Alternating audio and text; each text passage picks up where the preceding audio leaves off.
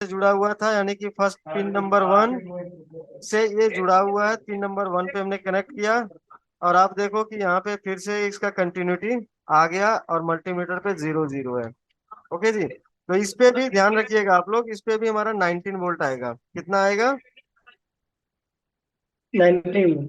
हाँ, तो नोट करते जाना आप लोग कि किस किस पॉइंट पे 19 वोल्ट बोला है। उस पे हम लोग अभी DC sir inject. Video record हो रहा है ना? हाँ जी, वीडियो रिकॉर्ड हो रहा है। ठीक है सर, इसको भेज दीजिएगा। इंजेक्ट जो है सो करेंगे, और इसमें सप्लाई देखेंगे। कॉइल भी मिल गया इस बात का। फिर कैपेसिटर 129 है, तो कैपेसिटर आपको 129, देखो आप सर्च करो, यहीं पे होनी चाहिए आसपास में ही। थोड़ा सा लाइट कम कर देता हूँ तो आप लोग को दिखेगा। ये रहा पीसी 129। ओके जी,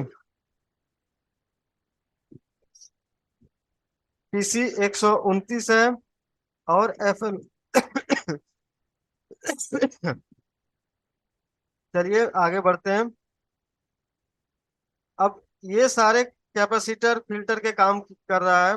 उसके बाद हम लोग का टेस्टिंग पॉइंट आता है PQ21। क्या आता है? PQ21। तो PQ21 आप सर्च करो, तो ये रहा हमारा PQ21। आप देख रहे हो? Yes sir. दिख रहा है? इसको थोड़ा जूम कर देता हूँ तो आप लोग को क्लियर दिखेगा। और शायद लाइट के कारण PQ21 दिख रहा है। तो ये हमारा फर्स्ट मॉसफेट है।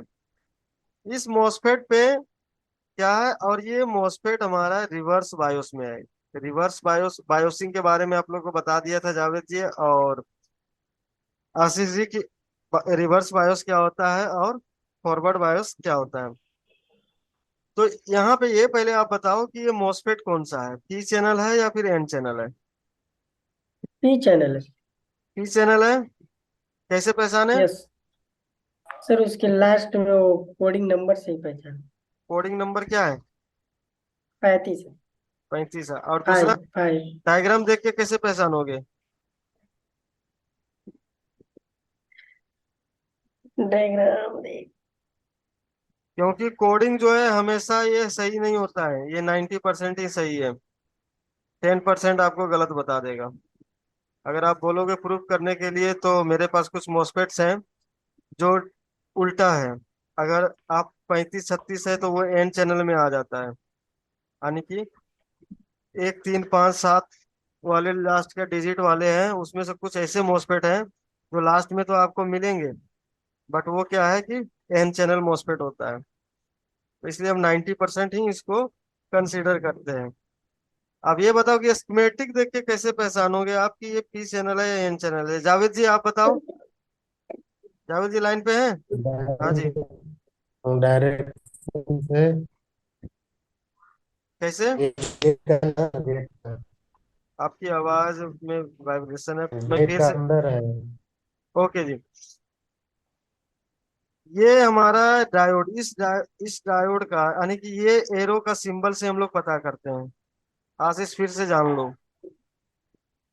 डिजिट पे, डिजिट अगर हम्म। डिजिट, डिजिट पिलर सर, बोले थोड़ा सा। अगर आपका मॉसफेट का ऊपर का लिखा हुआ मिट जाए, तो आप डायग्राम से कैसे पता करोगे?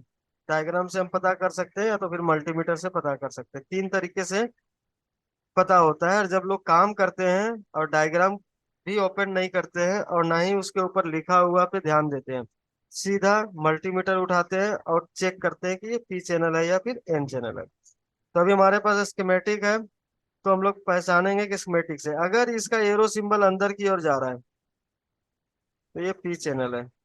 अगर इसका एरो सिंबल बाहर की ओर निकल रहा है तो ये एन चैनल है। सिंपल।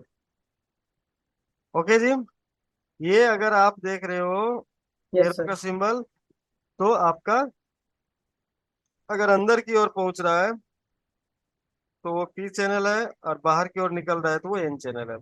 आपको बताया गया था कि अगर पी चैनल है तो उसका गेट पे क्या आएगा, हाई या लो? सर लो। क्यों लो आएगा? इसका कि टेस्टिंग बताइए कि अगर लो कितना। बताए थे ना कि एक्टिव होने के लिए क्या होना चाहिए? सोर्स वोल्टेज लो। से 4 वोल्टेज कम होना चाहिए, है ना? Yes sir. सोर्स वोल्टेज से 4, ये कॉमन हो गया। बट मदरबोर्ड में क्या है कि इसका इंजीनियर डिजाइन करता है कि कितने वोल्टेज कम होने चाहिए, और उसके लिए क्या करता है लोग? वोल्टेज डिवाइडर का बनाता है। क्या बनाता है? वोल्टेज डिवाइडर लॉजिक बनता है। तो यहाँ पे देखो वोल्टेज डिवाइडर लॉजिक है आपका, first resistor, second register ground. तो कैलकुलेट करके आप बताओ कि गेट पे कितना वोल्टेज आएगा। जल्दी से बताओ जी, जावेद जी, आप लोग सब लोग बताइए कि वोल्टेज डिवाइडर जो जानते हैं वो बताएंगे कि यहाँ पे गेट पे कितना वोल्टेज आएगा। ऐसे नॉर्मल गेट को, पी चैनल मॉसफेट को एक्टिव होने के लिए गेट पे सोर्स से 4 वोल्ट कम आता है। बट यहाँ सर इंजीनियर ने तय किया है कि हमारा वोल्टेज कितनी आनी चाहिए। चलो जी चेक करके बताओ। हाँ जी आशीष जी बोलो सर आप।